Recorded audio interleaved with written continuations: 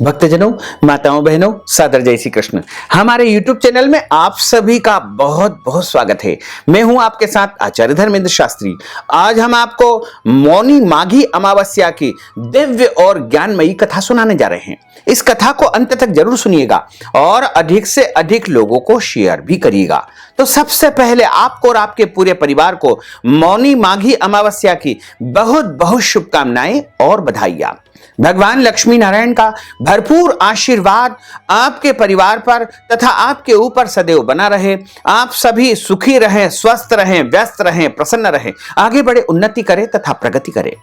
पूरे वर्ष में 12 अमावस्या आती है। प्रत्येक महीने के कृष्ण पक्ष में जो अंतिम तिथि होती है उसे अमावस्या कहा जाता है और अमावस्या का अलग अलग महत्व अलग अलग अमावस्या का बताया है। जैसे सोमवती अमावस्या जो कि सोमवार को आने वाली अमावस्या को कहा जाता है, इसी प्रकार मंगलवार को आने वाली अमावस्या को भौमवती अमावस्या कहा जाता है। वहीं शनिवार को आने वाली अमावस्या को शनिश्चरी अमावस्या कहा जाता है। इसी प्रकार जो माघ माह के कृष्ण पक्ष में जो अमावस्या आती है उसे माघी अमावस्या या मौनी अमावस्या के नाम से जाना जाता है। इस अमावस्या को बड़ी अमावस्या माना गया है क्योंकि इस समय सूर्य देवता मकर राशि में प्रवेश कर जाते हैं, इसलिए इस अमावस्या को बड़ी अमावस्या माना गया है। माघ का महीना जिस प्रकार कार्तिक का महीना होता है, उसी प्रकार हमारे धर्म ग्रंथों में बड़ा ही पवित्र और पुण्यदायी महीना माना गया है। और इस महीने आने वाली जो अमावस्या होती है उसे मौनी और माघी अमावस्या के नाम से बड़ी अमावस्या माना जाता है। और इस अमावस्या को पितरों के निमित्त, पितृ शांति के निमित्त कार्य संपन्न किए जाते हैं तथा उपाय किए जाते हैं। पितरों के निमित्त तर्पण किए जाते हैं। पितरों के निमित्त पिंडदान, तर्पण, दान पुण्य, ब्राह्मण भोजन आदि कार्य इसमें संपन्न किए जाते हैं।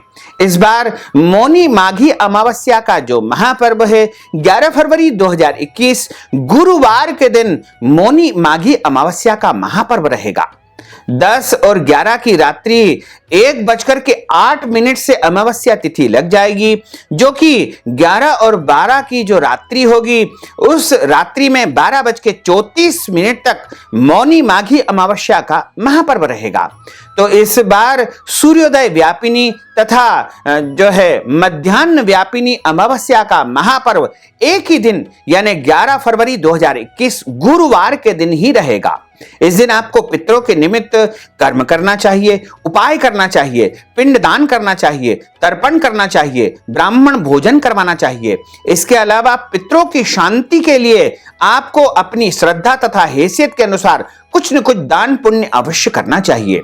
और मौनी माघी अमावस्या का व्रत भी आपको करना चाहिए। इस अमावस्या के दिन प्रत्येक मनुष्य को प्रातःकाल जल्दी उठ करके तीर्थ में जाकर के स्नान करना चाहिए, क्योंकि तुलसीदास जी ने रामचरितमानस में बताया है कि माघ मकर गत रवि जब होई, तीर्थ पत ही आव सब कोई।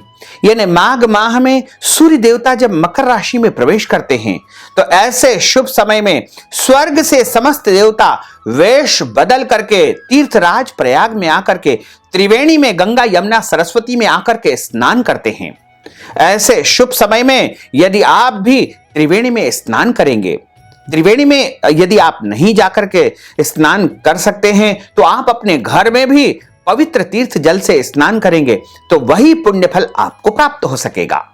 तो आप इस दिन प्रातःकाल जल्दी उठे, तीर्थ जल से स्नान करें तथा सूर्य भगवान को जल चढ़ाएं, घर के देवी देवताओं का पूजन करें। उसके बाद आप पितरों के निमित्त तर्पण करें, पिंड दान करें, श्राद्ध करें तथा ब्राह्मणों को भोजन करवाएं। अपनी हैसियत के अनुसार आप दान पुण्य करें, ब्राह्मणों को दक्षिणा दान देवे, भोजन के निमित्त धन राशि का दान करें। इसके अलावा वस्त्र दान करें, गौ दान करें, स्वर्ण दान करें या फिर जो भी आपकी श्रद्धा भक्ति हो वो आप अपने पितरों के निमित्त, अपने पूर्वजों के निमित्त या अपने परिजनों के निमित्त अवश्य ही दान करें, जिससे आपके घर के परिवार के पितृ दोषों की शांति होगी और आपके घर में सुख शांति समृद्धि का वास हो सकेगा। अब हम आपको मौनी माघी अमावस्या की दिव्य और ज्ञानमयी कथा सुनाने जा रहे हैं। बोलिए श्री द्वारकाधीश भगवान की जय, गोपाल कृष्ण भगवान की जय, श्री वृंदावन बिहारी लाल की जय। गुरुर् ब्रह्मा गुरुर्विष्णु गुरुर्देवो महेश्वरा, गुरु साक्षात् परब्रह्म तस्मै श्री गुरुवे नमः। श्री अखंड मंडलाकारं व्याप्तं येन चराचरं तत्पदं दर्शितं येन तस्मै श्री गुरुवे नमः। सच्चिदानंद रूपाय विश्वोत्पत्त्यादि हेतवे तापत्रय विनाशाय श्री कृष्णाय वयं नमः। कृष्णाय वासुदेवाय हरये परमात्मने प्रणतः क्लेशनाशाय गोविंदाय नमो नमः। वसुदेव सुतं देवं कंसचाणूर्यमर्दनं देवकी परमानंदं कृष्णं वंदे जगद्गुरुं। वरः पीडं नटवर वपुः कर्णयोः कर्णिकारं बिभ्रद्वास कनककपीशं वैजयन्तीं च मालां। रन्ध्रान् वेणोर्धरसुधया पूरयन् गोपवृन्दैः वृन्दारण्यं स्वपदरमणं प्राविशत गीतकीर्तिः। करारविन्देन पदारविन्दं मुखारविन्देन विनिवेशयन्तीं वटस्य पत्रस्य पुटेशयानं बालं मुकुन्दं मनसा स्मरामि। कस्तूरी तिलकं ललाटपटले वक्षस्थले कौस्तुभं नासाग्रे वरमौक्तिकं करतले वेणुः करे कंकणं। सर्वांगे हरिचंदनं सुललितं कंठे च मुक्तावलिं गोपस्त्री परिवेष्टितो विजयते गोपाल चूड़ामणिं। फुल्लन्धीवर कांति बिंदुवदनं वरहावतं सप्रियं श्रीवत्सांकमुदार कौस्तुभधरं पीतांबरं सुंदरं। गोपीनां नयनोत्पलार्चिततनुं गोगोपसन्धावृतं गोविन्दं कलवेणुवादन परं दिव्यांगभूषणं भजे। जय जय श्री राधा रमण, जय जय नवल किशोर, जय गोपी चित चोर प्रभु, जय जय माखन चोर। मात मेरी श्री राधिका, पिता मेरे घनश्याम, इन दोनों के चरणन में मेरा बारंबार प्रणाम, मेरा बारंबार प्रणाम, मेरा बारंबार प्रणाम। मोहिनी मूरत श्याम की वो मन रही समाय, जो मेहंदी के पात में लाली रही समाय। धन यौवन एक दिन उड़ जाएंगे जैसे उड़े कपूर, मन मूरख तू राम भज क्यों चाटे जगधूर। राम कृष्ण दो एक है अंतर नहीं निमेष, इनके नयन गभीर है उनके चपल विशेष। बोलिए श्री वृंदावन बिहारी लाल की जय, गोपाल कृष्ण भगवान की जय, श्री राधे रानी सरकार की जय, श्री गोवर्धन नाथ भगवान की जय, श्री गिरिराज धरण की जय। भक्तजनों, माताओं बहनों, माघ माह के कृष्ण पक्ष में जो अमावस्या आती है उसे मौनी तथा माघी अमावस्या के नाम से जाना जाता है। और इस अमावस्या की जो दिव्य कथा पुराणों में बताई गई है वह इस प्रकार है। कांचीपुरी नामक नगर में देवस्वामी नामक एक ब्राह्मण निवास करता था। उसकी पत्नी का नाम धनवती था और पुत्री का नाम गुणवती था। उसके 7 पुत्र थे। देवस्वामी ने 7 पुत्रों का विवाह करने के पश्चात अपनी पुत्री के विवाह के लिए योग्य वर की तलाश प्रारंभ कर दी और अपने सबसे बड़े पुत्र को बाहर देश भेज दिया कि जाओ अपनी बहन के लिए श्रेष्ठ वर की खोज करो। इधर देवस्वामी ब्राह्मण ने अपनी पुत्री गुणवती की कुंडली एक विद्वान ज्योतिषी को दिखाई। ज्योतिषी ने गुणवती की कुंडली देख करके कहा कि सप्तपदी होते होते यह कन्या विधवा हो जाएगी। इसकी कुंडली में वैधव्य योग लिखा हुआ है। यह बात सुनकर के देवस्वामी अत्यंत दुखी हुआ और ज्योतिषी से इस योग का निवारण यानी उपाय पूछने लगे। ज्योतिषी ने उपाय बताया कि इस योग का निवारण सिंघल द्वीप वासिनी सोमा नामक धोबिनी को घल बुड़ा करके उसकी पूजा करने से ही संभव हो पाएगा। यह सुनकर के देव स्वामी ने अपने छोटे लड़के के साथ अपनी पुत्री को सोमा धोबिन को घर लाने के उद्देश्य से सिंघल द्वीप जाने के लिए रवाना किया। वे दोनों समुद्र के तट पर पहुंच करके समुद्र पार करने का उपाय सोचने लगे, लेकिन उन्हें कोई भी उपाय सूझ नहीं रहा था। वो बड़े चिंतित थे, वो बड़े परेशान थे कि समुद्र को किस प्रकार लांघ करके हम सिंघल द्वीप पहुंचेंगे। इस चिंता में डूब करके थक हार करके दोनों भाई बहन भूखे प्यासे एक वट वृक्ष की छाया में उदास होकर के बैठ गए। देव स्वामी ने अपनी पुत्री गुणवती की कुंडली जो है ज्योतिषी को दिखाई और ज्योतिषी ने कुंडली को देख करके कहा कि सप्तपदी होते होते यह कन्या विधवा हो जाएगी। यह सुनकर के चिंताग्रस्त हुए और दोनों भाई बहन इस बात में चिंतित हुए कि हमारे पिता ने जब ज्योतिषी को कुंडली दिखाई है और उसका उपाय भी बताया है, लेकिन हम उपाय को किस प्रकार कर पाएंगे। इस प्रकार दोनों भाई बहन चिंता कर रहे थे। उस वृक्ष के तने की खोह में गिद्ध के बच्चे निवास करते थे। वे दिन भर इन दोनों को परेशान होते हुए देख रहे थे। शाम को बच्चों की मां उनके लिए कुछ आहार यानी भोजन लेकर के आई और उन्हें खिलाने लगी, लेकिन गिद्ध के बच्चों ने कुछ नहीं खाया और अपनी मां से कहा कि इस वृक्ष के नीचे आज सुबह से ही दो भूखे प्राणी बैठे हैं, जब तक वे नहीं खाएंगे हम लोग भी कुछ ग्रहण नहीं करेंगे। बच्चों की बात सुनकर के उनकी मां गिद्धनी को दया आ गई। उसने दोनों प्राणियों को देखा और उनके पास जाकर के कहा कि आपकी इच्छा मैंने जान ली है, आप लोग भोजन करो, क्योंकि तुम दोनों की बातों को मैंने सुन लिया है और तुम्हारे पिता ने तुम्हारी बहन की जो कुंडली है एक ज्योतिषी को दिखाई है और ज्योतिषी ने इसकी कुंडली में वैधव्य योग बताया है और तुम दोनों समुद्र पार सिंघल द्वीप सोमा धोबिन के पास जाने की इच्छा में यहां आए हुए हो। तुम चिंता मत करो, कल प्रातः काल तुम दोनों को मैं समुद्र पार करवा दूंगी और सोमा के घर पहुंचा दूंगी। गिद्धनी की बात सुनकर के उन दोनों भाई बहन की चिंता कम हुई, दोनों को अत्यंत प्रसन्नता हुई। उन्होंने गिद्धनी को प्रणाम करके उनके द्वारा दिया हुआ भोजन ग्रहण किया। प्रातः होते होते गिद्धनी ने उन्हें सोमा के घर पहुंचा दिया। वे दोनों पास के ही जंगल में झोपड़ी बनाकर रहने लगे। उन्होंने अपनी सेवा से सोमा को प्रसन्न करने का निश्चय कर लिया। वे प्रतिदिन सुबह अंधेरे में उठ करके सोमा का घर झाड़ करके लीप करके पोत करके आया करते थे।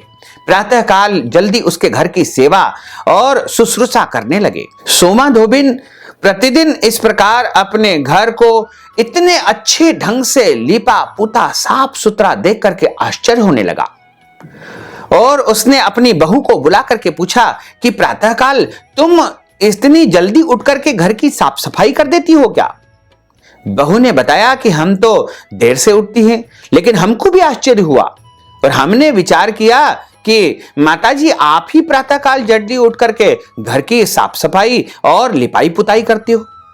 दोनों सास बहू ने इस प्रकार की जब बातें की तो दोनों को चिंता हुई, आखिर कौन सज्जन और कौन व्यक्ति हमारे घर आकर के इतनी जल्दी साफ सफाई करके हमारे घर को लीप पोत करके बड़ा पवित्र करता है। और प्रातःकाल जल्दी उठ करके उन्होंने निश्चय कर लिया कि अगले दिन इस रहस्य को हम जानकर ही जो है चैन से बैठ पाएंगे। और प्रातःकाल सोमा धोबिन तथा उनकी बहू जल्दी उठ गई और उन्होंने देखा कि उनके घर एक ब्राह्मण कन्या आकर के उनके घर में अपने भाई के साथ पूरी सफाई करती है और पूरे झाड़ बुहा करके और अच्छी प्रकार से लीप पोतती है। उनकी इस सेवा से जो है सोमा धोबिन अत्यंत प्रसन्न हुई और उससे पूछने लगी कि तुम जो है इस प्रकार दोनों भाई बहन इस प्रकार मेरे घर की सफाई क्यों करते हो? आखिर क्या कारण है जो मेरे घर की इतनी अच्छी सफाई तुम करते हो? उसके बाद उस बहन के भाई ने सोमा धोबिन को सारी बात बताई और कहा कि मेरे पिताजी ने मेरी इस बहन की कुंडली एक विद्वान ज्योतिषी को दिखाई और उन्होंने कहा है कि मेरी बहन की कुंडली में वैधव्य योग है, यानी जब यह सप्तपदी लेगी 7 फेरे लेगी उसी समय इसके पति की मृत्यु हो जाएगी। और उन्होंने उपाय में ये बताया है कि जब आप इसको आशीर्वाद दोगी तभी इसका वैधव्य योग समाप्त हो जाएगा। उसके भाई की बात को सुनकर के सोमा धोबिन ने कहा कि मैं तुम दोनों की सेवा से अत्यंत प्रसन्न हूं और तुम्हारी इच्छाओं को पूर्ण करने के लिए मैं तैयार हूं। सोमा धोबिन ने कहा कि तुम दोनों जो है ब्राह्मण के पुत्र हो और तुम्हारी सेवा किए बिना मुझे विश्राम नहीं मिल सकता है। सोमा उनके आग्रह पर दोनों के साथ घर जाने को तैयार हो गई। प्रस्थान करते समय उसने अपनी बहुओं से कहा कि यदि मेरी अनुपस्थिति में किसी की मृत्यु हो जाए तो उसके शरीर को नष्ट मत करना, यानी उसके शव को इसी प्रकार रखे रहना, उसके शव का अंतिम संस्कार मत करना।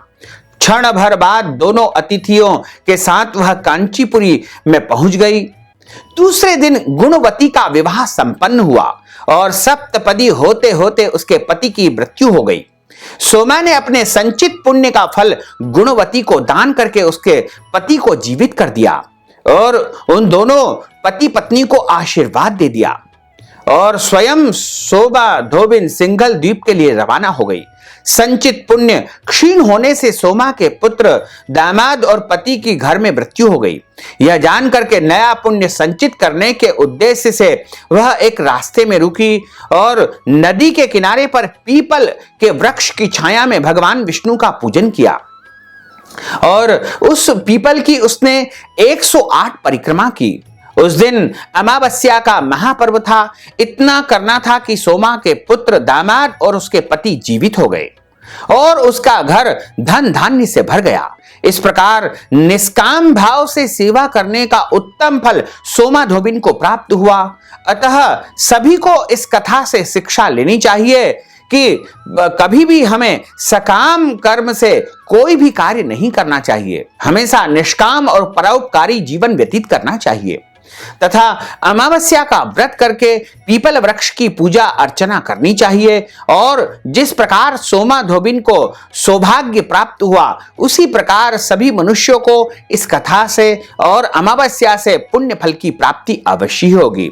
इस प्रकार मौनी माघी अमावस्या की कथा का यहाँ पर समापन होता है।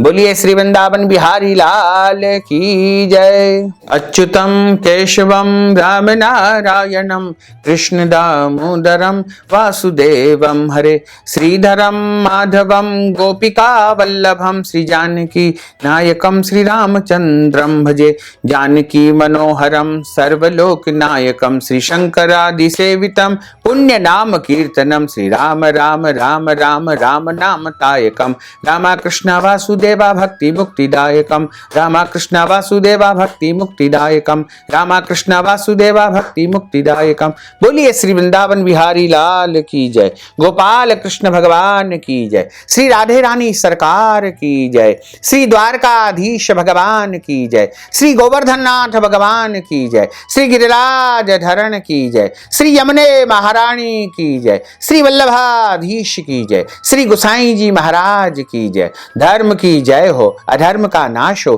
प्राणियों में सद्भावना हो, विश्व का कल्याण हो, सनातन धर्म की जय हो, गौ माता की जय हो, नगर बस्ती की जय हो, आज के आनंद की जय हो, कल के आनंद की जय हो, परसों के आनंद की जय हो, बरसों बरसों के आनंद की जय हो। ओम नमः पार्वती पते हर हर महादेव हर। भक्तजनों, माताओं, बहनों, यदि आप मौनी माघी अमावस्या के निमित्त, कथा श्रवण के निमित्त या ब्राह्मण भोजन के निमित्त, वस्त्रदान, अन्नदान, गौदान या कोई भी दान करने के निमित्त नगद धन राशि प्रदान करना चाहते हैं तो आप हमारे पेटीएम के माध्यम से, गूगल पे के माध्यम से, फोन पे के माध्यम से या फिर हमारे अकाउंट नंबर के माध्यम से धन राशि पहुंचा करके अपना नाम तथा गोत्र हमें बता करके मौनी माघी अमावस्या का पूरा पुण्य फल प्राप्त कर सकते हैं। साथ ही आपसे अनुरोध है कि हमारे इस ज्ञानवर्धक वीडियो को अधिक से अधिक लोगों को शेयर करिएगा, लाइक करिएगा, कमेंट करिएगा और यदि अभी तक आपने सब्सक्राइब नहीं किया तो अभी और इसी समय सब्सक्राइब अवश्य कर लीजिए। आपको और आपके पूरे परिवार को सादर जय श्री कृष्ण, सादर धन्यवाद।